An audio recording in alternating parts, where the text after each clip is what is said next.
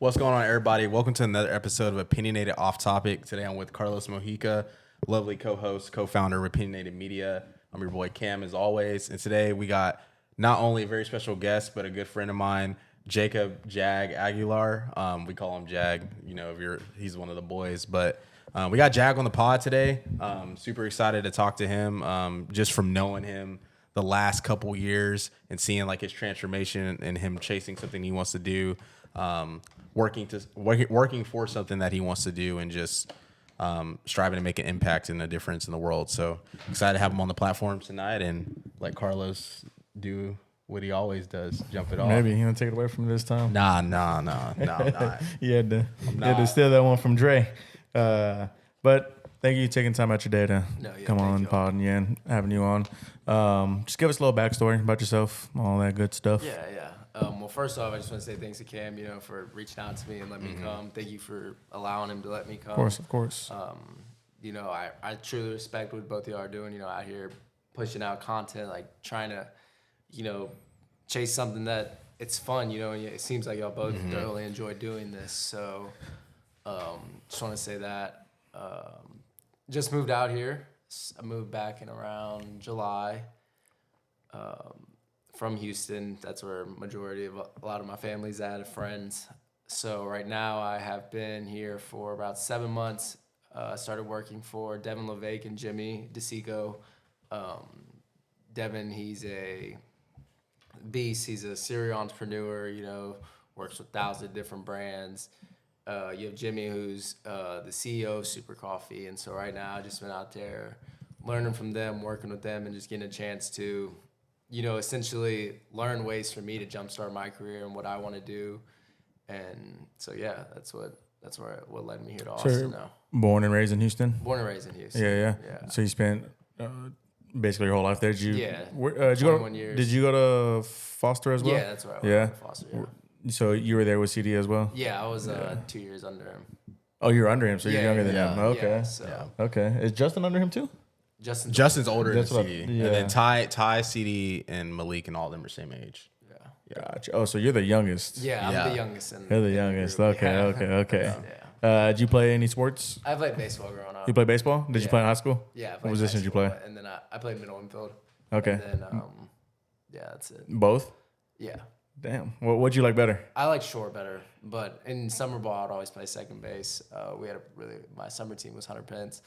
And our shortstop, he was really, really good. Did he go anywhere? Yeah, Ole Miss. Ole Miss. Yeah. So can't blame him. Damn, that's cool. Is this besides Ivan and Ricky? Yeah, I mean, he's one of the... I'm pretty sure like the only other person who's... And then Bash, obviously.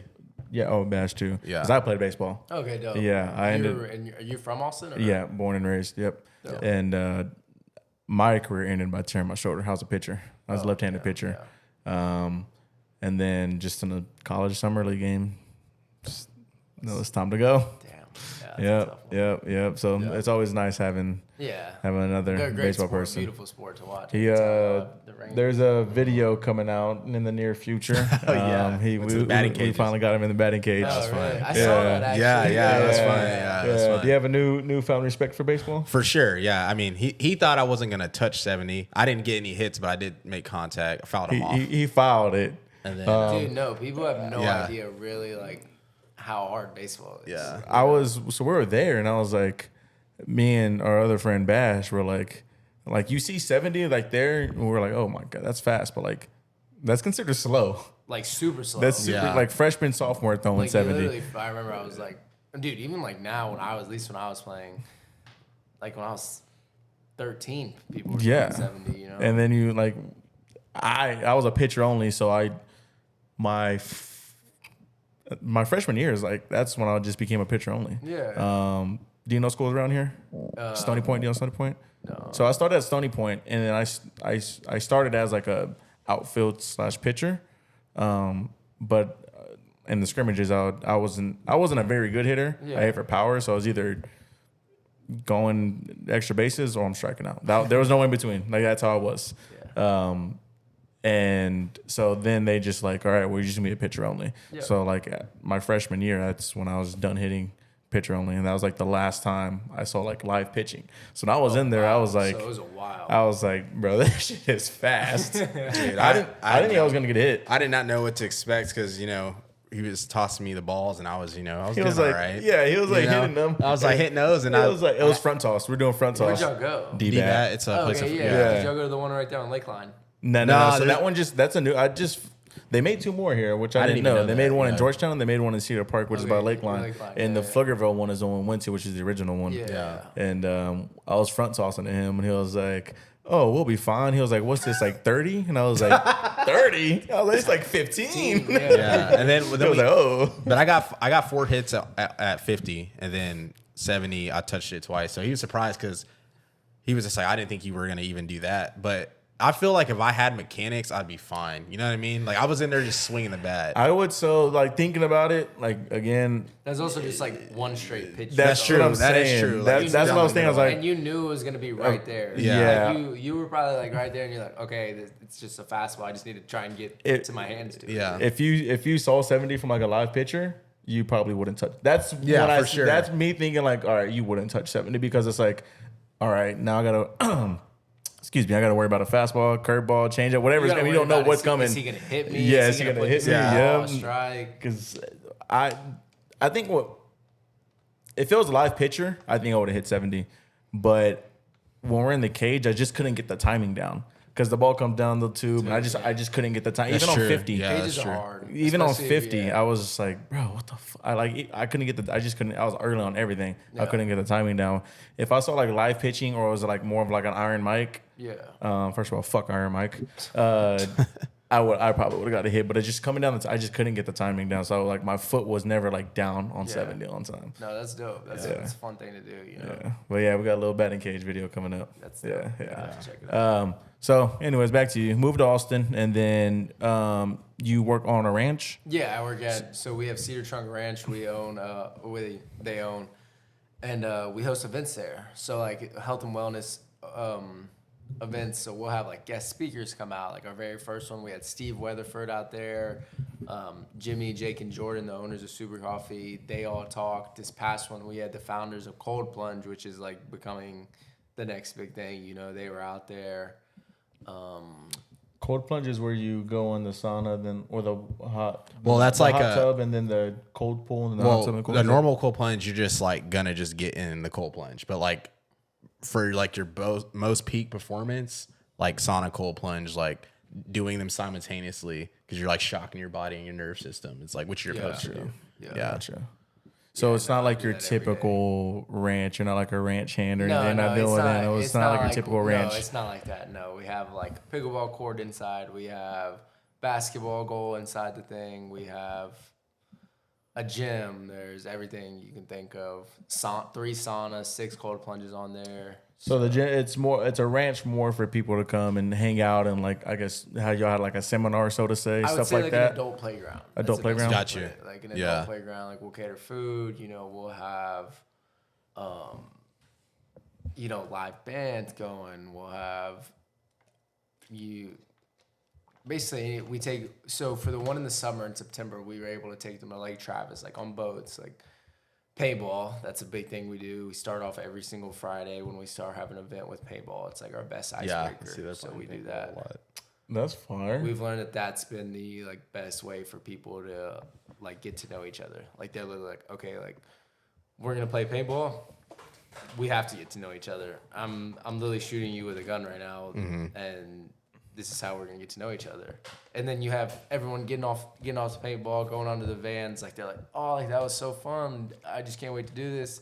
Then we have lunch with them, and next thing you know, everyone's talking. So now we have a great weekend ahead of us. Just building everyone to get. So it's kind of like what you did in San Antonio, so to say, San Antonio. with your job. Oh yeah. It's essentially like that. Just like we went to, I forgot what ranch it was called, but we went to this like Young Life ranch, like one of the nicest Young Life ranches, and we were just out there like team bonding. We had like no service, like pickleball, hiking, like fishing, all that type of stuff. So, I think that's gonna Seminars. actually be one of the next biggest things for like corporations that we're seeing. That's something we kind of want to do at this ranch is like have corporations come, because And let's not even say like corporate. Let's say like small startups or like small businesses that are like growing from 5 employees now to 25. You want to get everybody in a space outside of work to help them like get to know each other and find out what's deeper than just day-to-day work. And so we're seeing that now, like with a lot of like companies that want to be like, hey, like I want to come out here and learn this, or hey, I want to come and do this. And I think that's going to be the biggest thing now to help a business succeed, is if they can get everybody on the same page and get everyone just like wanting to, learn and just be a big community and do stuff besides work. Cause like, like y'all run this podcast together. It wouldn't be the same if you were just running it with like a random person. Yeah. The conversations would never be the same. Y'all would never ever have ideas, and it wouldn't grow as fast as it was if it was y'all two compared to a random person. Yeah. So I think now startups, they'll want to start going and taking money out of the business account to go and do like little retreats to help grow a community. Okay. Yeah. I'm assuming you went to college since you got your... Still in college. Still in college? So where do you go? U of H. U of H? I take everything online. When I first moved out here, I had like 15 hours left. So you're about to graduate? I was about to graduate. No, like right now you're about to graduate. Yeah, about to congratulations. I'll graduate this coming summer because I dropped all those classes and I came out here, focused on it, and then now I'm going back. And so I'm taking 2 right now, and then I'll take my last 2 in the summer. And what are you going to college for? Finance. Finance? Yeah. Don't think I'll ever use the degree, but I think it's good to have. Yeah. Yeah, no doubt. I think it's good to have in the sense of like, people always ask, so like just because you went to college, like what if you don't use a degree? It's like, okay, but you network a lot in college. Oh, yeah, for And sure. I think it's a good time period for like people to grow, because like when you're 18 to 22, you grow so much. Oh, yeah.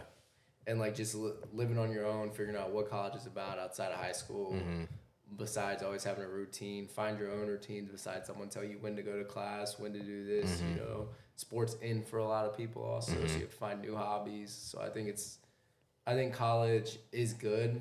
I don't think it's necessary in today's world, but I think it's a good like holding period for people to figure themselves out. That's probably the only thing, not that I regret, but I wish I went to college for, is for the networking, just because you do meet a lot of people. You do. And like we always say, you don't know who the other person knows. Yeah. Don't. And they can just open so many other doors. I mean, look at this. Like, I would have never met Jack, but I never would have met Justin in college. Yeah. It's like, it's how it is. So like that was like, I guess that's the only thing I like wish I did, because I mean I'm not a fan of school or college. Oh, dude. For the majority of stuff, I don't think you need a degree in this world. There's a lot of stuff you don't need a degree for. Especially like something like in today's age, you don't need it because there's so much other things to do, but it is great for networking. Yeah, there's so many other things to do, and then you can learn from so many different. And I think college teaches you one thing. I didn't learn anything in college. No. And I've learned so much more working with Devon and Jimmy than you learn so much more with hands-on. Yeah. That's what you learn. That's where you learn from, is hands-on experience. Or listen to people who've done business. Exactly. For a business degree. Yeah, because you're going to a professor who's teaching business. But he has more no than business. by saying more than likely he doesn't own a business. Yeah. So like, why you learn from someone who's never even owned a business? No, I agree with that 100%. So I mean that certain stuff, I'll be like, yeah, be a doctor, yeah, take your ass to college. I definitely think it's cool though, because when I was going to school, my dad was like, don't just get a business degree, like focus on something. So like for me, it was accounting, and like for you, it's finance. So I think like that technical aspect will be, like, especially obviously you figure out what you want to do, and if you want to start your own business or whatever, you have like this tool and like knowledge from that, which is like a big thing. Because a lot of times we've been talking about like doing our stuff, like all our tax work and stuff like that. And since I have that experience, I know like what to look for. And so we're not like paying all these fees and getting like fucked, and you know what I mean? So for sure. It's definitely like one of those things. If you do focus in something, like definitely recommend, like whenever I have kids, I'm gonna be like, if you go to school, like if you don't just take general business, like take like some specific focus to help you in life. I think that'll go further. So I agree, and I think that also. I think though now, like people who are getting marketing degrees. Yeah. I think that's honestly gonna be the biggest waste. because Yeah. like marketing now is just so different than it was 5 years ago. Yeah. You have bro, anybody can market. Like Yeah. y'all are able to market. Different from last stuff. year. Yeah. You know, different from last year. It's gonna keep growing and growing and growing and growing, and being different and different and different. Like college. No offense to like older people, but like a 60-year-old professor has no idea how to market on Instagram right now, or has no idea how to market on TikTok or email lists. They have no idea how to do that, you know. So like I think a marketing degree. Some of them probably don't even know what TikTok is. They probably know what Instagram is because it's been around longer, but TikTok probably for not. sure. I think eventually a marketing degree is going to be pointless. Yeah. Yeah. Well, the reason I brought that up is because what got you into going into where you're at the ranch? Because when you're in Houston, were you at U of H? Yeah, I was okay. in You're school. there. I was working at a restaurant called Garden Grace, super nice. I was serving, making like really good money. But so Devin put out a thing on his Instagram for like employees, or he was like, "Hey, I need a summer intern," and so I applied. And I got an email back from him, and it was like, "Hey, can you come out on Wednesday at like 9 a.m.?" And I was like, "Fuck, like yeah." I responded. I was like, "Yeah, I can do that." Came Wednesday, there was 6 of us he brought back, and we went through like a little interview. But the interview was like a workout, like kind of just spend the day with him. We like sauna cold plunged, and it was just like that. And then I remember he was like, "All right, like we're all going to dinner," and I was like, "Look, like hey, I got to get back. I have work in the morning on Thursday. I already called off work Wednesday to be there. Left at like 5 a.m. Got there at like 8 to Austin, and he was like, "No, dude." He's like, "Dude, just come out to eat with us." I was like, "All right." So I go over there, and then right after, I was like, "Look, bro, like I have to go. Like I have to get back to UC." He's like, "No." He's like, "Do you want to?" He's like, "I'm gonna give it to you. Like I want you to be the intern." And I was like, "Okay." And he's like, "Can you be here Friday?" And I was like, "What?" I was like, "Bro, it's Wednesday. Like Wednesday night. Like I have to go back to Houston right now. I'm supposed to go to work tomorrow." And then he's like, "Yeah, but can you like move here Friday?" I was like, "Move here?" He's like, "Yeah, like just move here to Austin Friday."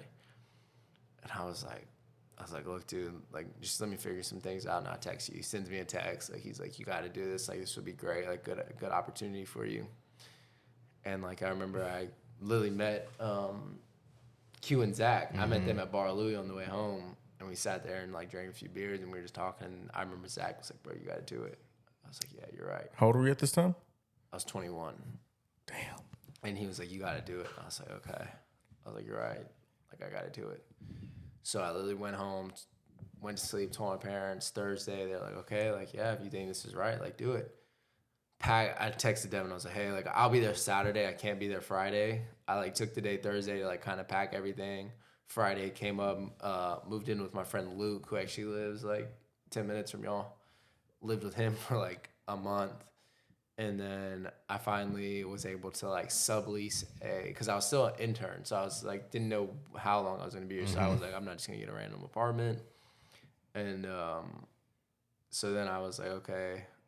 I finally was able to sublease an apartment from someone for like 2 months, which was like perfectly how long I needed it for.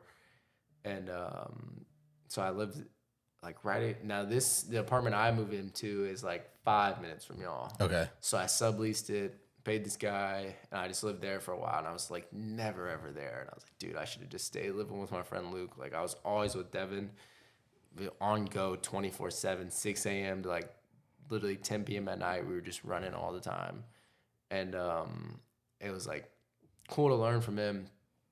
And then we had our first event in September, and after that event, he offered me a full-time job. So then I was like, okay, I'll be out here for a while. I'm assuming the internship was paid. Yeah, internship was paid. Yeah. And so then, the internship was paid, and then when he offered me a full-time job, there was more money, and then everything from there. Yeah, it was good. What was it that drove you to want to apply to? Dude, why Devin? I had just literally got an internship at Bank of America. So a lot of people that probably hear this, they're gonna be like, "All right, this kid's crazy." I literally just got an internship at a Big Four for finance in the wealth management department. I'd met the VP at Lifetime. I was working also at Lifetime for a little while, just like in the operations part of everything. And I was working out one day, and this guy, I was wearing a U of H football shirt, and he comes up to me, and he's like, or it was just like it was like U of H football shirt. It was one of my friends. And he's like, "You go to U of H?" I was like, "Yeah, I do." And he was like, I always see you're like working out. I was like, I work here also. And for some reason this day, bro, I was like in a bad mood. I was like not trying to talk to anybody. Gym was packed. I think I had just gotten off work from like a 6 to like 4 o'clock shift. I had to like cover someone for 2 hours, and I was like, had to drive home after this. Because during college, I lived at home, so I was like 45 minutes away from downtown. And I was kind of in a bad mood, and he was just like trying to talk and talk and talk. And I was kind of just trying to be like really, really short. Mm-hmm. And then afterwards, conversation ends, and the trainer comes up to me. He's like, hey, like that dude's the VP at Bank of America at their Merrill Lynch at their firm. And I was like, oh my gosh, like this guy's high up there. And at Lifetime, there's like a special parking spot for him. Brand new Porsche 911. And I was like, bro, like this is nuts. So then like a few days later go by, sees me again. He's like, hey, Jacob, like, how are you? I was like, I'm good. I'm doing well. And he was like, by chance, like, would you want to like go grab dinner? Like, I was like, yeah, okay. Like, he's like, I'm the VP at Bank of America. I would love to get to know you, like get to talk to you. We're always looking for internships. He's like, and if I were to refer you, you would get it. He was like, all you literally have to do is just kind of speak in these interviews and you would get it. And I was like, okay, like, yeah, let's do it. I was like, thank you so much for this opportunity. We connected, texted him afterwards. We ended up going to eat at like a super nice steakhouse downtown. And he was like, I'm going to refer you for it. And so I ended up going through all the interviews, and I had this position at Bank of America. But then this came about, and I was like, I had met so many people in banking already that hated their lives. Yeah. Working. I had one of my friends, he was literally moved to investment banking. He was working from 9 to 4 a.m., like Monday through Friday. And I was like, there's no way I'll ever do that. Like, literally no way. I love to work out too much. I love my free time. And there's just no way I was going to do that. And so I took this. And I think the biggest thing right now, what made me want to do this, is I get to see like the way like Devon lives with freedom. And I think we all essentially want to have freedom in our life, you know? So I think that was the biggest reason for me taking it. Do you still keep in touch with the VP from Bank of America? Yeah. Yeah. Did he understand? Because that's like, I would say to an extent he understood. I just think he was a little older, so I think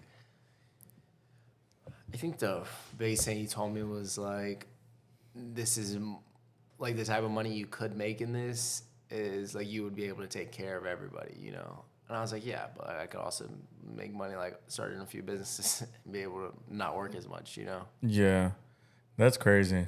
He just randomly talked to you, and then you just happen to work in finance as well. Yeah, I was. Not working, but go to school for finance as well. Yeah. It was literally nuts. And I remember when you get those internships so far ahead before you actually start. You know, like I think I got it in November, and I wasn't starting until the summer. So I was still like in classes, and we were doing like a group project. And keep in mind, like all of my friends will tell you, I never went to school. Like, Never, bro. I didn't go to school. Like I would do everything online, and if I had an in-person class, I would only show up for the test. Like I was strictly like working. I was like either working or I just wasn't gonna go. I was like, I'm not driving 45 minutes downtown. You still passed? Yeah, I'd pass all the time. Make like good grades. Wait, I was like, because there wasn't attendance. Because like ever since COVID hit, when I went to college, like I was a freshman when COVID hit. So it was both. They filmed it online. Yeah, so you had everything online. Yeah. But then my junior year hit, and teachers were like, okay, like come out to class. Like we would like to see everyone there. And I was like, no way. I was like, I can literally go to work while people are in school. I was like, there's just no chance I'm going to school. Like I literally never ever went. I would be at the river on Fridays, Thursdays. Like I'm supposed to be in class. And I remember whenever we were doing a group project, it was like my first time showing up. And I was like, they had no idea where to go. And like, I remember these two girls, they were like, they said something. They're like, we've never seen you in the classroom. I was like, oh yeah, like I work a lot, like sorry. And they're like, okay. And they're like, you had to like introduce yourself and say where you had an internship. It was for finance. It was for like my 44, it was like a 400 level class or 4,000, whatever you call it. and you had to intro yourself, say if you have an internship or not. And we start doing the rundown. And I remember I go last. 2 girls like say, oh, blah, blah, blah, my name. I have an internship at, I don't even know, some random company. And I remember I go and I'm like, oh, my name's Jacob Aguilar. I have an internship at Merrill Lynch, the firm for Bank of America. And like they stop. I remember this kid next to me, he's like, you have an internship there? I was like, yeah. And he was like, dude, how'd you get this? I was like, luck. I was like, truly, I got lucky. I was like, your network. And then now that I got moved out here and I learned that you are literally as big as your network. It's literally the truest thing I've ever heard. What was that? I was talking to our friend Bash, and I was like, unless you're in this field of like, I mean, I don't know if you consider what we're doing entrepreneurship, but I mean, it is to an extent, especially because we're not just doing a podcast anymore. Yeah. And until you're like in this field, you don't truly understand your net worth. Your net worth is your network. Yeah. Like you truly don't understand that until like you're in. Like you hear it all the time, but you really don't get what it means until you're in this field. No, you. I would say. Don't. Yeah.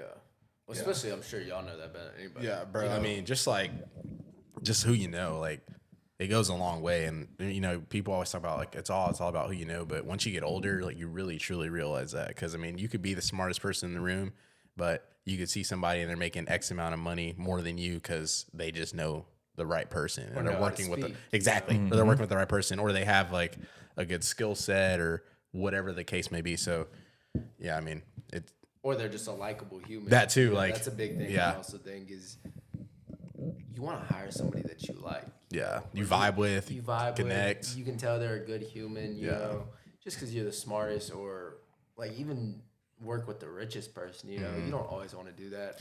Like I'd rather work with someone who's a good human, likable, and is a hard ass worker. You know, that like loves to grind, than just someone who's like, oh, like for this. Like if I'm starting a business, I'd rather work with someone like that than someone who's, I don't like him, he's annoying, and he's just like, yeah, my dad has this money, like he can fund all of it. Yeah. I'm like, no, dude, because one, our business isn't gonna work. You're not a likable person, and if you have to be the face of something, no one's gonna want to do this once they meet you. Yeah. You know, like y'all buy products all the time, I'm sure, because you like the person. You know, you support what they're doing. Exactly.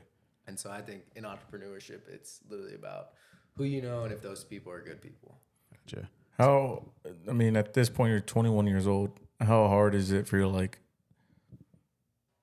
not be stressed about all this? Because you just got this internship at Bank of America, and then you find out that it's stupid hard, and then you have Devin hitting you up like, "Can you move out here Friday?" And you're like, "Okay." Like how stressed were you? Understatement. And I wasn't even that stressed when I was actually moving, because I was like, you know what? I'm 21. Doesn't matter what happens. Like, I'll take this risk. But then it wasn't until like we got going and like I saw how busy things were, and I was like, okay, I need to go to school. Like at this point I was like, bro, I'm almost done with school. And then I was like, okay, like this internship's over, so I'll have to find a job. Like through him again, this guy, I'll have to go back and be like, hey, like what I did was wrong if this doesn't work out. And then that's like, I remember like a month or 2 months in, I was like, bro, like this is just like, I don't know. Like I had everything lined up. And it's also different when you had, my friends were some of the most supportive people, but also at the same time, they were very real, you know, which I wasn't mad about. You know, like I remember sometimes they would call and be like, hey dude, you had this, like go back to school, you know, or like you're right here at the finish line of school. And I just could never wrap my head around like working for 60 grand a year, 40 hours a week. My vacation is only when I get it approved, you know, like I would always get I'd sometimes get anxiety about that. And so I was like, it wasn't until I finally was like, this is what you want. Like this is someone who can set you up for success. These people around you will be able to help you in your career, you know, to make you not go on vacation when my time's approved. You know, like that was the biggest thing. Like my dad works for himself, so it's like, okay, he can go whenever he wants, And I also wasn't someone who liked having someone tell me what to do all the time.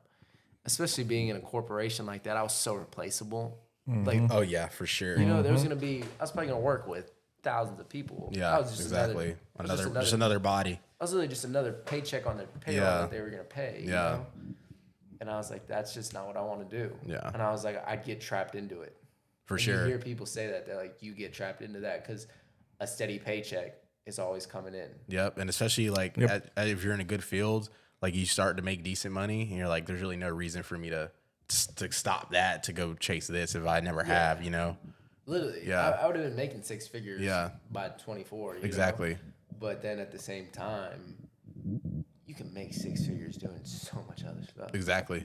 Like, you can make six figures doing anything, really. 4 different incomes really easily, and you're making the same amount of money, working the same amount, but maybe it doesn't. I think the biggest thing with people not wanting to go that route is like, does it look good on paper? Yeah. I think kids my age are like, I have to go get this corporate job, so when I meet other people, they're like, oh, this person has stability. But do you think that's like still a thing though? Because the reason why I say that is we talk about it all the time, like, and like we're older than you, but like people like in our age demographic, we feel it's like more normalized to become an entrepreneur, be a creative, do that kind of stuff, and kind of the corporate route. It seems like it's, I wouldn't say dying off, but it definitely seems like people are like, oh, like you do this, like that's cool, I understand. Go ahead. I don't think, because I just had this conversation. I don't think that people are like, it looks good on paper. I think what people are complacent with that passive income that they're getting. Like they know they're getting this. Yeah. They know they're gonna get this. When you do this, you don't know what the hell you're gonna get. You don't know. Some month you might get absolutely nothing, and the next month you get $600,000. Yeah. Like you don't know. And then I think it's that because there's just no, you don't know unless like obviously you've made it and you're like, okay, but that, and then not grinding. Like they don't want to put the time in. Like our generation also is a victim to, they want fast, whatever it is. Yeah. Everything has to be fast. So once they're not making the money or seeing the money come in, they're like, okay, I don't want to do this because I'm not getting anything in return. Why would I want to do this? I can work here and I get this every month, this every week, or whatever the case is. Well, I also feel like too, like just being younger and like when you go out and you're in like a city like Austin or a city like Houston and you have like people moving to these cities every day that aren't from here. And obviously, you know how social media is, like there's a lot of perception on there. Like people are going out all the time, which is fine, doing what they want to do. People are going out all the time, like flexing this, flexing that, getting bottles, like spending all this money. And I feel like, and then they're like, oh, like, because I meet people all the time, like, oh, I make like this, this, and this. And I always tell myself if people like publicize that, like they're capping. And they'll like tell you this stuff. And I feel like if you go out as like, oh, I like have this business or entrepreneur, or even just being like, I'm a podcaster, I feel like people are just like, what? Like in those crowds. And I feel like that kind of like creates a stigma for like people to be like, nah, I'd just rather go get this big corporate job and be like, I work at Merrill Lynch. And then you like turn heads in a room instead of opposed to be like, oh, I own 4 different businesses. Yeah. You know what I mean? And that's like to us, so that's going to turn a way bigger head than someone who's like, I don't like, dude, quite frankly, I don't care if you work at Merrill Lynch. I don't care what corporation you work for, dude. You're so replaceable. Like, respect you if you love doing that, but realistically, I know you don't love going to work every day, throwing a suit Nobody on. does. Like, there's just no way you genuinely enjoy. Bro, people are so miserable waking up, going to work, literally driving to work, and then being at work, listening to somebody else, and then driving back home, and then you get 2 hours, 3 hours to yourself. Yeah. And then go to sleep, do it all over again. You live for the weekend, like you live for the weekend because that's your freedom. You know, I can go out on Tuesday if I want to. Yeah, exactly. Yeah, like to my knowledge, really the only place that you have like you're not replaceable at is like a city job or a state job, or it's a government job. Yeah, I mean I work for the state, and it's such a pain to get to fire somebody because they have to go through all this paperwork and investigation and all. Why? So it's just like, all right, nobody's just gonna get fired just to get fired. Like, you actually have to do something. Yeah. So unless it's like that, everybody's replaceable. I mean, even when you're serving, like, bro, you're you replaceable. can find a server anywhere. Yeah, know? literally go on the side of the road. Hey, wait tables real quick. Yeah. Sure. Yeah. Yeah. Yeah. No, Yeah. definitely. But I just think it's a lot of just people want it fast and not willing to put in the work. They'll put in the work for a little bit, but then once they don't see any income or a bump in the road hits, No, 100%. that's kind of when it's like, all done. It goes back to y'all having Haley on the podcast. Like, she's someone that for a while now, ever since in college, she's a fucking grinder. You know, and like you respect that. Yeah. Like, I respect anybody who's going to school, working, and like trying to start companies. Like, they're fucking grinding their ass off. You know. Yeah. It's like it's like you say, they're just people are scared to work, and people are scared to go through the process of like. There's gonna be times where you literally feel like you're trying your heart out, you know, Yeah. and you're just seeing no progress. Nothing, no it's results. Like I saw a quote from Kevin Hart the other day. He's like, what does he say? He's like, it's a true grind when you feel like you're going through the process, but you're not seeing any progress. And like, that's really when you're like in it, you know, like even us, like right now, I'm starting to start up with my buddy Tariq back in Houston. And you know, it's like some days we're doing all this and like it's hard as an entrepreneur to not have the thoughts in your head. You're like, what if this doesn't work?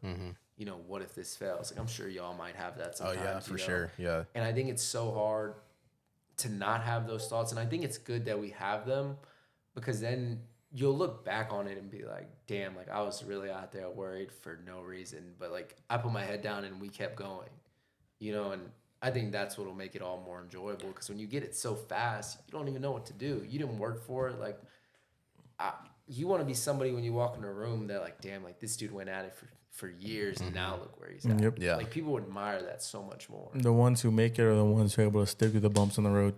Yeah. Because once the getting gets hard, people are quick to drop off. And you know, I think it's like that another quote. It's like, a company only fails if the founders quit. It's the only way it can truly fail. Yep. Like you don't fail until the founders are like, all right, it's over. Like that's the only time you can really ever fail. If you keep going, you technically never failed until the founders quit. Yeah. You know? So What's been some of like the hardest, or not the hardest, but I guess like what's been some of the things you learned working with Devin that you didn't know like was in you, and then I guess kind of walk us through like what a day in life is with him. Obviously, it probably changes every day. But Now he lives in Jersey, so it's a little different. But when he was first here, I think the biggest thing I learned is like you can see everything on Instagram, like, oh, he's doing this, oh, he's doing that. And it even goes for like Jimmy also, oh, you see them here, oh, you see them there. But no one sees like the 6 o'clock in the mornings, like getting their workouts in. And then nobody else sees you don't see the 8 o'clock till 8 o'clock calls all day, you know, just trying to make more and more, you know, essentially money for them. You know, you don't see that. And I think it's so hard for like people to wrap their head around some of these entrepreneurs or business owners.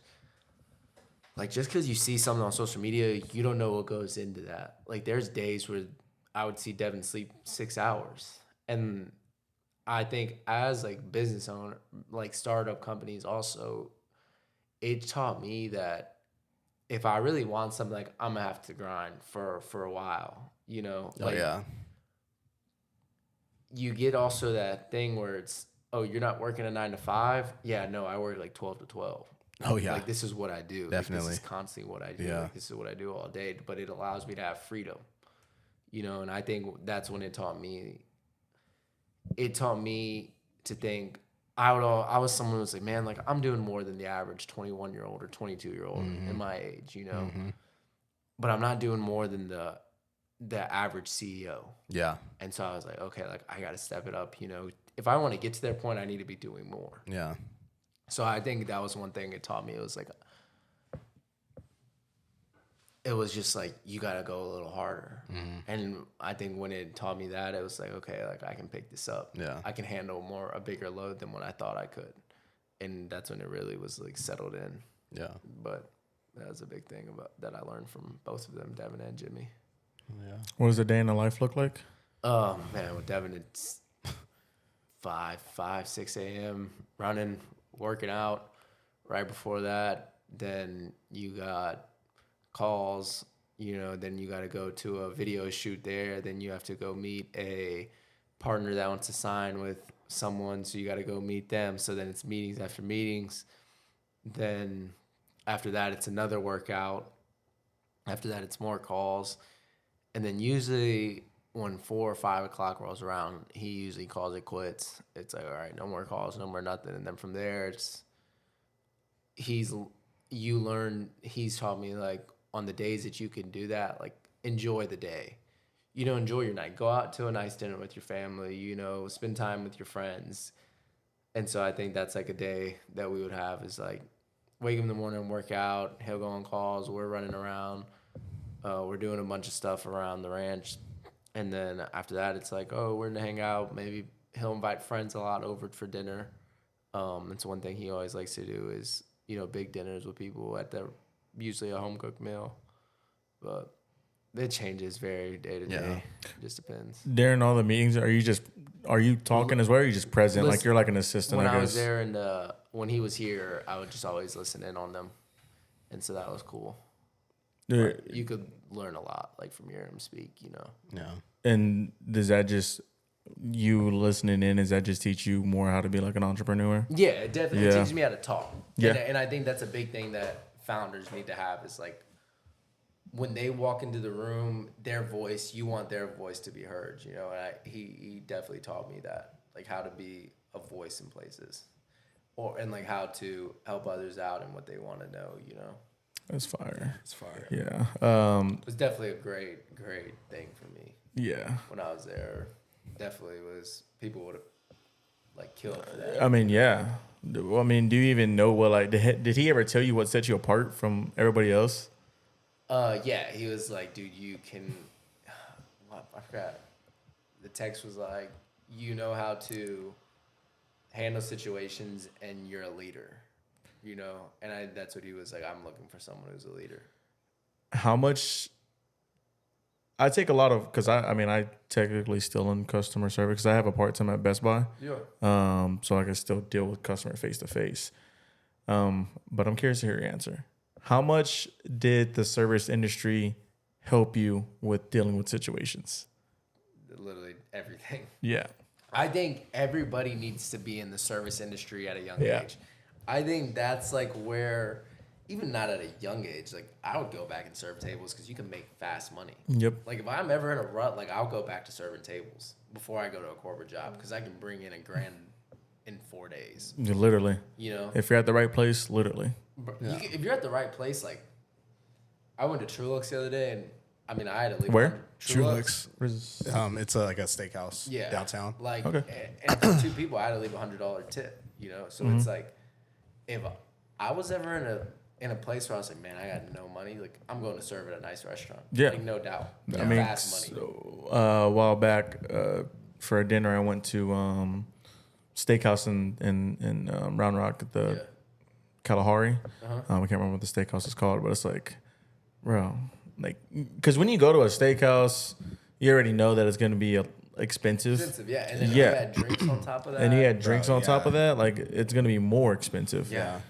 Because we didn't.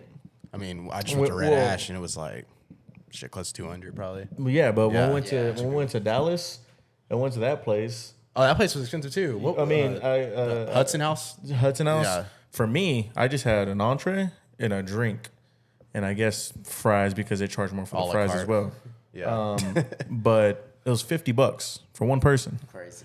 Yeah. And that wasn't even like All out. it was not even all out, but like if you're going to a good steakhouse, that's not even a steakhouse price. Oh, yeah. Yeah. So I was like, I'm going to work at somewhere like that because the tips are gonna be more generous, and you're not gonna go there if you don't have money. That's true. And a biggest thing about that is, like, majority of the time people there, like, they don't even care if the service is, like, slow or something. They just, if you can, like, talk to them and, like, make a connection with them from the bat, Dude, the amount of times I was serving and I would lie about something just to build like a You have connection to. with them. You literally have to. Yeah, like if I saw, for instance, I remember like a lady was like, I hadn't like ever done, they're called a High Rocks thing. It's like it's a training. I had heard about it though, and I saw she had a shirt on, and I was like, oh, like I've heard about High Rocks. I'm signed up for one right now. And she's like, oh, really? She's like, which one? There's one coming up in Houston, right? I was like, yeah. I'm at that one. Threw into a whole conversation. Bullshitting it. Yeah, you literally have to. She had no idea. Yep, you have to. Yeah. Left me a huge tip. and that's the other big thing is, even in entrepreneurship, fake it till you make it. That's literally Fake it till you such a make big thing. Yeah. because they don't fucking know what you know. Yeah. Like they don't know if you're telling the truth or not. She had no I idea. mean, some people can scope out the bullshitters, but for if the you most part, kinda make nobody it, like, knows. a little short, like, oh, like, Yeah. I'm doing this.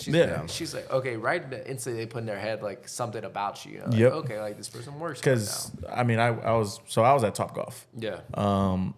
And I learned how to any situation that goes down, I can handle it. Yeah. A customer's pissed off. What helped me with customers getting pissed off was because I was in the bar, like my last part of Topgolf. Yeah. So I was serving people drinks, and you know how people get. Yeah. So that I mean, just being able to handle those situations, and then just being in the service industry for 6 years or whatever it was, it just I can handle any situation. So I'm at Best Buy and customers are mad or whatever the case is, like.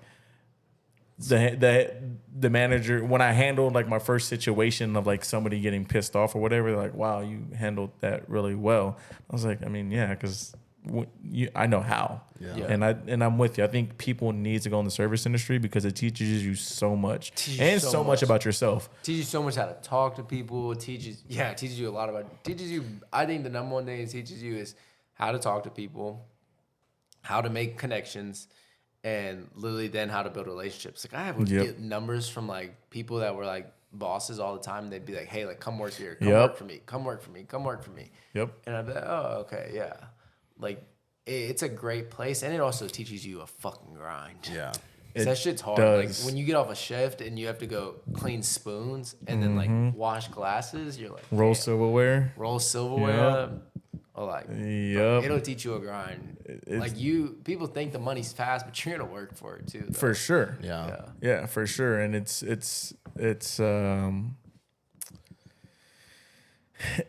very, very taxing on the body. Yeah, 25,000 steps a day. Yeah, it's very taxing on the body, but like once you're out of it, you're grateful for it. Like once you look back at it, like damn, I'm glad I did that. I learned there, yeah. And I'll never not leave a 25% tip somewhere.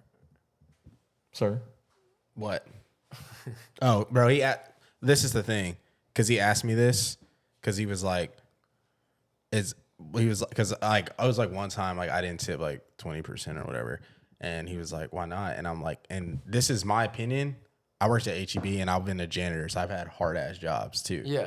And discount tire stuff like that. But it's one of those things where like I'm always the type of person like I don't care that you're in the service industry. Like if you're not like providing me good service, I'm not doing it just because you're supposed to do that. Yeah. And obviously like people can feel how they want about it. That's just how I feel about it though. I don't know. I'll only not leave it unless it's like super, super bad. Like, obviously if it's like okay, like I'm not gonna like be like, oh, it was just okay. But if it was like garbage, I'm not gonna tip you like 20% just cause, you know? At least that's how I feel. so my argument to that is you never know what the other person's going through. Ever. That's true. And you don't know how busy that other person is because you don't know how many tables they have. You're just worried about yourself. That's it. Yeah. And then also at the end of the day is like, how many times did you put in the correct order and the kitchen messed it up? And it falls on you. That's where I see the only time I would ever not leave 20% is if I can visually see like someone. And also my dad told me this. Like I'd only never not see my dad probably leave a 20% tip is when we saw this guy like just talking to like his coworkers the whole time, like messing around the hostess. And I was like, all right, like, oh, you don't need to leave him a 20% tip. But I'm 100% with you. If it's like you feel like you're getting slow service or a bad order, it's not your fault because the kitchen either probably put it in or maybe you accidentally did just slip a finger on the thing and you hit the wrong thing, you know? Yeah. But yeah, you truly don't know if that person's been on like if that's their 4th double of this week. You don't know. Yeah. And like even you like in service industry, it's so hard to like get someone to cover your shift and get off. Yeah. And anything can happen in the world, and it's just like, bro, I need to be here, but I can't because I have to be at this. And you also, and then like, you're a always lot just of thinking about servers, that. They do like school. Yep. A lot of servers also, like, I've met some of the servers, like, they have 4 kids. Yeah. This is literally how they make their living. Yeah. And just being like, so being in that, I'm just like, That's why I just give people the benefit of the doubt just because I worked in it so long and I see the back end of it and how like grueling and hard it actually is, because even if it's your first time serving, even if it's not your first time serving, the shit can get overwhelming really quick. Yeah, it does get really quick. sometimes, especially if it starts. You can have fast. it could be a Saturday night. You got 6 tables and all of them have fucking 10 people. Yeah. It's like, Or all you right. also, we had food runners at Garden Grace. So, like, if your food runners, like, call out, now you're having to run food also. Yep. Bus tables also. Then that's when it's, like, getting sticky. Because then your turnaround, you're not turning tables back over, you know, and then you're not making more money if you're not getting them out fast enough. Yep. My goal is always get them out as fast as I can. Yeah. There's only one time I always leave. I'm always very generous. I leave like more than 20 more than 25 too. Really? Like I'm very generous. Yeah. Just because I know how hard it is, and just, especially wherever you're at. No, I respect that. But there's only one time I've never left a tip, and I felt like it was deserved, but that was just once. I was at Twin Peaks, and my friend was like, "Hey, do you want to meet us here?" I have my own job, and like I'm making my own money, and I was like, "Yeah, sure." So I go eat. And that was I was like, damn, I'm really hungry. And I'm like talking to my friend, and the lady's behind me talking to the other table. And she already came over and like talked to us and everything. And literally talking to the other table. I'm not even talking to her or anything. And I was like, damn, I don't know if I want a single or a double. Turns around and says, get a single, you can't afford a double. And I was like, what the what? Fuck? I was like, okay, but she's talking to the other table, not even me. Yeah. And then it was for us. It was slow. It was me, my friend, and like his uncle. And then at the end of it, she was like, "Is this gonna be separate, or is Daddy gonna pay for the whole thing?" And I was like, "Damn, what is our problem?" And I was like, "Okay." And so I got my check, and then at the tip I put 0, and at the top I put, sorry, I didn't have enough money to leave a tip. Yeah, but to play devil's advocate, you don't know what she's going through, so you could that's completely different. There's no reason you should be talking to the other table and turn around mid conversation and tell me I can't afford something. Yeah, for sure. Like what? Yeah. And that's your source of like that. I don't know if it's your only one, but that's a source of income that you have, and you're gonna say that? Yeah, for sure. Absolutely not. I would have been like, look, like absolutely not. So that was the only time I've never tipped. My meal's free. I was the only time I never tipped. I want to touch on some like health and fitness stuff, because I remember when you were doing 75 Days Hard, you were like documenting it on TikTok and whatnot. Yeah, that was fun. that was fire. But I guess like you've always been like, since I've known you, you've always like been in shape and like cared about like your health and stuff. But like, I guess what was the transformation of like going into taking it super seriously, like cold plunging, sauna, like going to all that? No, so before I came out here, I was just like really big into weightlifting. I'd always like want to run a marathon. I always wanted to do things in that area, something different beside weightlifting, because everybody is like, yeah, I work out. Yeah. Okay, but like, what do you do? Oh, I go to the gym, I lift weights. Like, cool, like it's what everyone does, but I couldn't find like people my age that wanted to do like the same type of trainings that I want to do. I had one, like my friend Mike, like shout out to my friend Mike, like been working out with him forever. And then also another good friend of mine named Freddie, who had probably the best transformation I've ever seen in my life. 265 pounds at one point, got all the way down to 185, like massive. Holy shit. Like became a literal beast. And he got pretty big on TikTok. But so I was always big into that, and then I would just always find myself start training, start running for things, and then just die out. Yeah. Like had no idea. And then I came out here, and like in Austin, you meet so many people that are doing stuff, Everyone, ladybirds are not far. Yeah. So there's a trail to run at. You have people that are always running, always doing other type of things. There's 6,000 different gyms here, you know. You have Collective, you have On It, you have East Side, it's like East Side Fitness, something like that. Yeah, Lift ATX. Lift ATX. Yeah. You have everything around here. Collective just opened up another gym now. Do you go there? I don't. I work out at Lifetime, but and you know, that's when like I started taking training like into a different style. So like I was still weightlifting.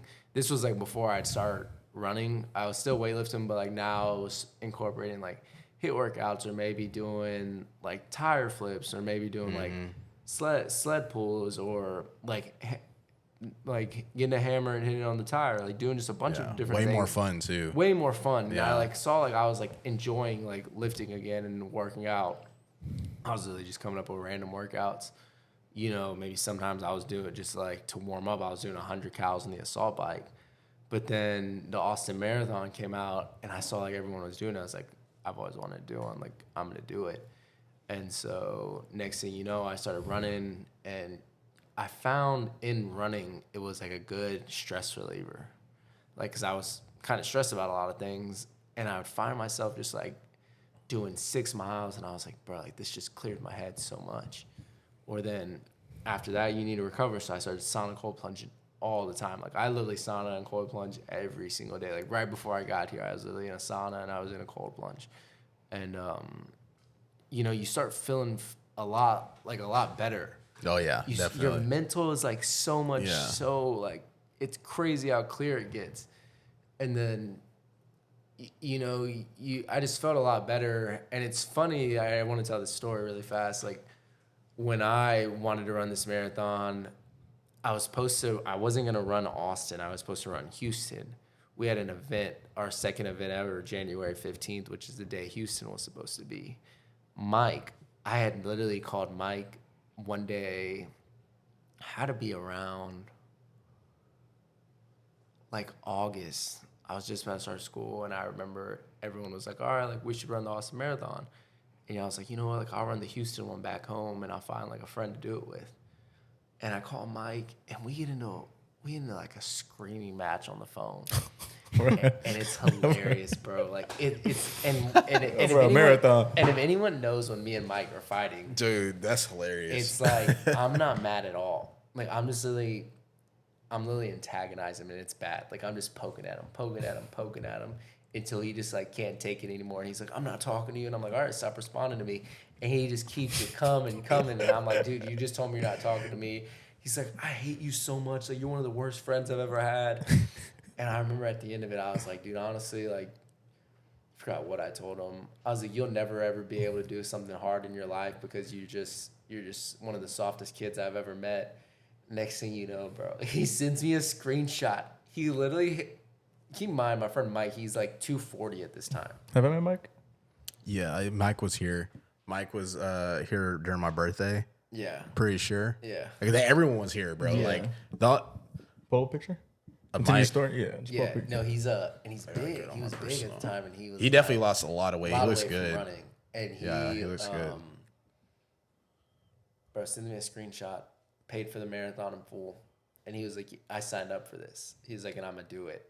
And I was like, "Bro, like I'm so proud of you." And he's like, "Never speak to me again." I don't think he talked to me for like 2 days, but it's funny because we talk about it now, and he's like, "Bro, like that day we got into that fight, like you just pushed me to sign up for this marathon, and it literally changed my life." He weighs 206 pounds now. Looks like the best he's ever been, and Looks he fell in love great, with dude. running. He's literally ran the Houston Marathon, running the Woodlands one with me on March 4th. It's fire. And so it's like, I think when fitness really started to change is when I wanted to start doing harder things in fitness. And I found friends who wanted to do them too. Like I have my friend Ty running his first marathon also, Justin's brother, March 4th. On the right. I remember him. Yeah. And then my friend Ty now is running his first marathon, March 4th. Just got off the phone this morning with my friend Kate Sicka. He's signed up for the one March 4th also. So it's like that's when I think fitness became really, really serious to me, is when I saw it was bettering my life and then also like bettering a lot of my friends. Yeah. And so that was when it was like really, really big. Even with Justin, when I was on 75 hard, Justin was on. He had just gotten knee surgery. Yeah. And Yeah, you took care of him and shit too. I helped Justin out for a while. Yeah. And then when he got off of knee surgery, made him workout plans, got him eating better. Yeah. And, you know, he was always like, dude, like, you're the one who got me back to where I wanted to be, you know? Yeah. So I think fitness is just so good for, like, your mental health.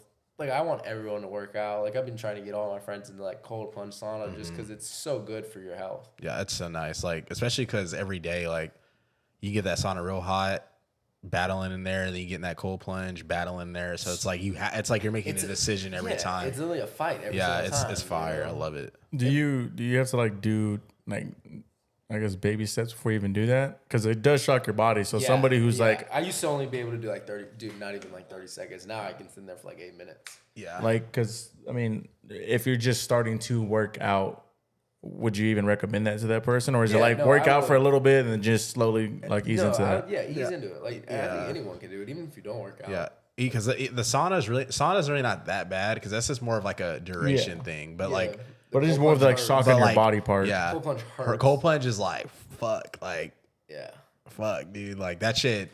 Like there's been times where I'll just sauna and I'll be like, yeah, I'm not gonna cold plunge today. Like fuck that shit. No, see, I had to cold plunge now. Yeah, but like, dude,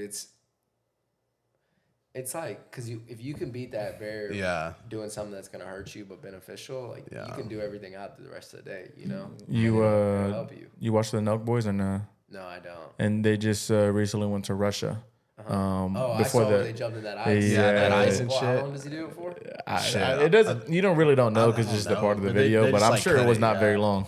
Yeah, but they just got in the ice and they're just in there. I remember one time like that sounds miserable though. Oh yeah, because they're in the sun. Well, they went. I guess, and what they do in Russia, I don't know, if he just did it, but I think they went in the sauna, the ice, and then they made it like laid in the snow, and then went in the sauna. Yeah, no. So they have things like in Russian people, or I guess that's the right term.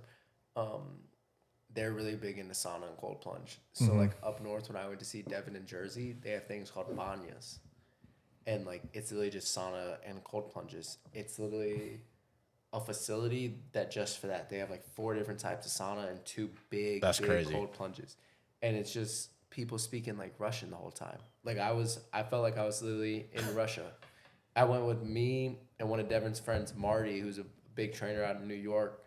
And I'm in there and I'm like, Marty, bro. He's like, I know. They're the coolest things ever. And these people are in there drinking beer, like eating wings, and they just do this all night. That's crazy. Like I see them literally grab their like 5-year-old kid and they're like shoving them in the cold plunge and they're just crying.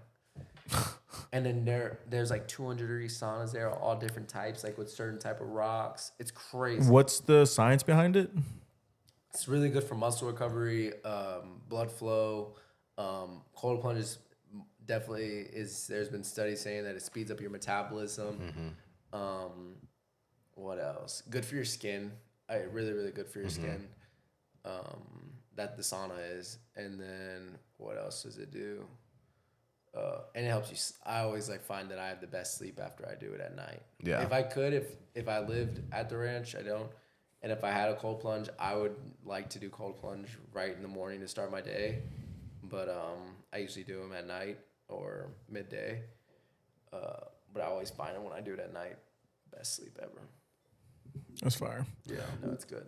It's fire. Go ahead. What do you, since he's in, I meant to ask this earlier, but since he's in New Jersey, what do you do since he's not there? We still have like a bunch of stuff that goes on the ranch. Like people will come by.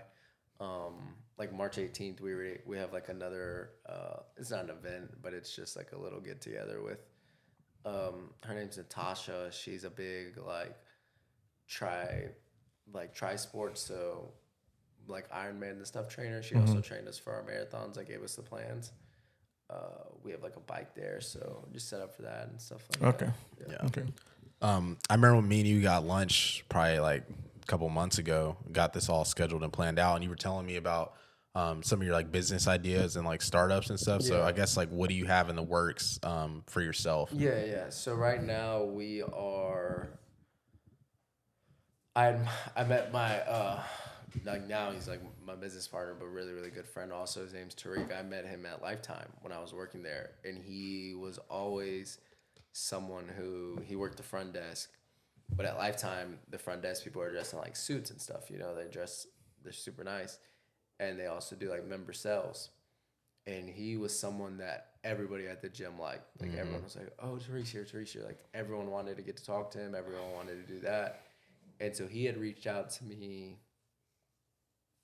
during Thanksgiving, and me and him had got lunch. I came home for Thanksgiving back in Houston. He lives there, and you know, we just talked some business ideas. And right now he had moved to Miami to learn how to day trade, and was learning from this other guy at Lifetime that was very, very successful, 23 years old, 3 Urises, Rolls Royce. And so they were learning how to day trade. And now what we are going to be launching in, what's today? 22nd? 22nd. April? I mean, So February? March 6th, we are launching, it's a thing called Trend Zone where it's a Discord website where people can pay like a subscription base. And we're going to teach people how to day trade in the terms of football. So right now we've just been building out education, building out our website, building out like things we want to do. We have U of H already locked in to teach the football athletics program, financial literacy on how to day trade. They also want to actually have us teach like all sports, and so the goals from there is just to try and grow this as big as we can, and then, you know, eventually be in every major like college, just teaching the athletes on how to, like, you know, when they get X amount of money, especially with all these NIL deals, like what to do with it. Like, don't just put it in a little fund at a bank. You know, don't just put it at Chase Bank or Bank of America Charles Schwab, and just let it sit there. Like, you can do so much more. Make your money work for you. Make your money work for you. And a lot of these times, like these players that it's so hard for them to get jobs after, you know, because this is like all they ever knew was football. And it's also hard for them if they are like business majors, engineering majors, to get internships because they're busy in the summer. And we're learning now, like, a lot of companies aren't hiring if you don't have an internship with that experience, because they don't want to take the time now to teach people how to do and it, the resources, you know? Money, all that. Money, and they don't want to pay you already $70,000 a year when you have no idea what you're doing. Yeah. And so Tariq actually played football at U of H, and he was a business major, a finance major also, with a minor in accounting. And he was like, bro, it was still so hard for me to get a job. And he was like, it was nuts. And so he learned how to do this, and he now just wants to, you know, teach people on how to have financial freedom. And we don't want people to think like, oh, day trade for your whole life. You know, like, if you have X amount of money put away, like, you know, maybe help this as a little bit of income, like, even for y'all. Like, you know, it could help you in the meantime. Say one of y'all is to quit y'all's full-time job. Y'all could be like, okay, like, I know how to day trade for a minute as we're growing. I can make my money to keep me afloat, to keep my, you know, bills paid, to keep the lifestyle that I'm custom living to. But now this puts aside time for me to grow my business as much as I want. We want to teach like real estate, you know, a bunch of stuff. So that's what we have in the works right now. It should be launched in about 10 to 11 days, I think. So that's going to be the first business adventure I'll be taking now as a... Are y'all going to have an app as well, or no? We'll build an app later on in the future. We're using Discord right now, and the website, actually, we just got the website over tonight. I literally looked at it at like 5, and it's going to be great. Oh, yeah. I'm excited to see that. Yeah. Well, that's a fire idea. Just, I mean, teach it in terms of football, which is like something everyone know. Majority of people know. And then it's just creative. Lately, we've had like a lot of, I guess, ex-athletes on. And then for those who played in college, like, life after sports is just such a dark place. Yeah. Like, that's like you said, that's all you know. That's all they know. And that's all you do. And so like when you don't make it, you know, and they're like, okay, like I don't have to work right now. Yeah. But then Now at least. Now, but then it runs out. Money runs fast. Yep. Especially in the age we live in, especially when you want to keep like a status quo, like, oh, I was here, like I need to drive this car, wear these clothes. You're going out and spending this or whatever. That's what, 2 years ago NIL wasn't a thing. Yeah, right? it's brand new. That's why it's super dope that you're establishing something like this now, because it's gonna it's a lot of super smart, bro. They said when we reached out to U of H, they had said that a lot of people now are coming in and want to teach a financial literacy course, but they should have been taught that. That should be that should be a course in high school, in my opinion. I agree For sure. But I think now that these kids are getting these NIL deals, even if they're only getting like 10 grand a year, like the odds of you truly making it to the NFL and signing $1 million deals are very, very slim. Very low. And I would never say like don't bet on not making it. If you believe you can make it, like fucking go hard and soul in that hoe, you know? Yep. But like for the kids that know like, oh, like I'm just going to college just to play, you know, because I still love this game. Like be smart, you know, in the sense of like, I can do stuff with this money that they're paying me right now, you know, to set me up where I don't have to go get a 9-to-5. That can set me up to where even if I do get a 9-to-5, I'll have other things in the works. So maybe in 10 years, I don't have to be there till I'm 60, but I'm only there till I'm 30, you know? Yep. And so that's what we want to do. Our goal is to teach people on how to do this. It doesn't have to be an athlete, but it can be anybody. And so we have a good background of what it's going to take. And we've been like, it's going to be big. I truly think like it's going to be big. And yes, I do have times where I'm like, man, like, you know, this is going to be a grind, or like there's some days where we're just working, you know, without pay. Yeah. You know, I mean, y'all know it's like, it's a grind, bro. I'm doing some, like, this is what I'm doing and I'm not getting paid for it, but it's taking 8 hours out of my day. And it's one of those things too, like, you know, like what it will lead to. And we always say when, because you got to speak it into existence, but when it'll lead to what it'll lead to. And you know, like all that time, you're going to get it back in some form or the other. Yeah. Like you grind in your 20s, you do things right way, you establish yourself. Then when you're getting older, you're not working till you're 60 years old and then enjoying the last 10 years of your... When I'm old and I can't even move. You know what I mean? You know? Like you don't want to be like that. Yeah. So you want to be able to enjoy it, not working our way, sitting at a desk. Like I was telling him, like since I became an accountant and been working in accounting, like just sitting in a fucking chair all the time, like bro, like I get up and I'm like doing like all these hip mobility stretches and shit just so I can stay like loose, because I got so tight over the last couple of years. It's crazy, so bad for your legs. Like, yeah, no, it's so bad. Like when people are just sitting down that long. Yeah, you know, and I don't mind. Like I'm 22, you know, I'll miss out on things. You know, like I miss out on going out a lot. It's always gonna be there. Always, yeah. It's never gonna see go people away. going out in their 50s, same shit. But it's even like even if I don't get those time back, like if I can give my parents stuff back, like if I can help my sister out, like help my friends out, like bro, that'll be all worth it. You know, like if I can give back with certain things, like I'll be so fine. You know. Like, traveling, like if I can just give back, like I'll be good. And I think that's a big thing now is like companies and even people, like you got to find happiness in this world, because it's, you know, it's a dark world, and like you got to just sometimes give back to help others out, you know? Even if you don't think like it's the right thing to do at the time, or like not the smartest idea, like bro, just give back to someone, you know?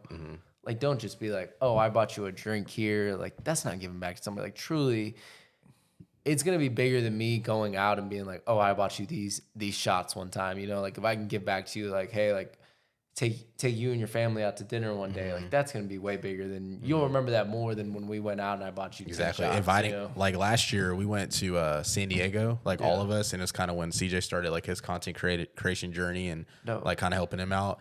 And obviously, like, we all paid for it and stuff, but it was one of those things where it was like, damn, this is like an experience. Like, we're giving this experience to each other by like doing this. So it's like, you know, and even just like meeting you, like when we're on the boat in the summer, just like those are times like it's an experience we're getting. You know, so it's super dope. No, 100%. It's like if I have a lake house one day, like I'm way rather give y'all that than just every time we went out when we were 24 years old, you know, and I was buying you all these drinks. Like, you won't remember that. What's on the clock? 25. You're good. we're good. Again, thank you taking time out your day. thank Before we hit this off, do you have anything for us?